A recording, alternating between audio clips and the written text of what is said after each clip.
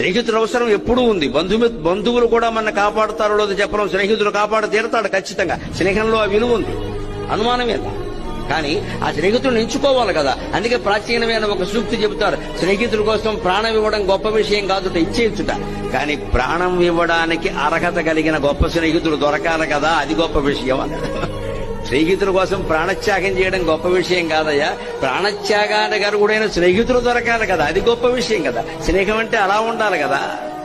చిన్న పని జరగానే అనుమానం వస్తే ఇంకా స్నేహం ఎలా అండి? అంటే స్నేహితుల్లో మొట్టమొదటి ఉండే లక్షణం ఏంటంటే పాపాన్ నివారయతి, తప్పు చేస్తుంటే వారించాలండి. దయచేసి విద్యార్థులు ఆలోచించండి.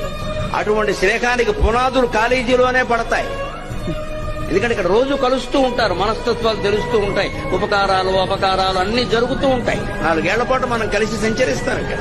అందులో హాస్టల్లో ఉండేవాళ్ళు ఇంకా దగ్గరగా ఉంటారు, జాగ్రత్తగానే ఉండాలి, చూసుకోవాలి.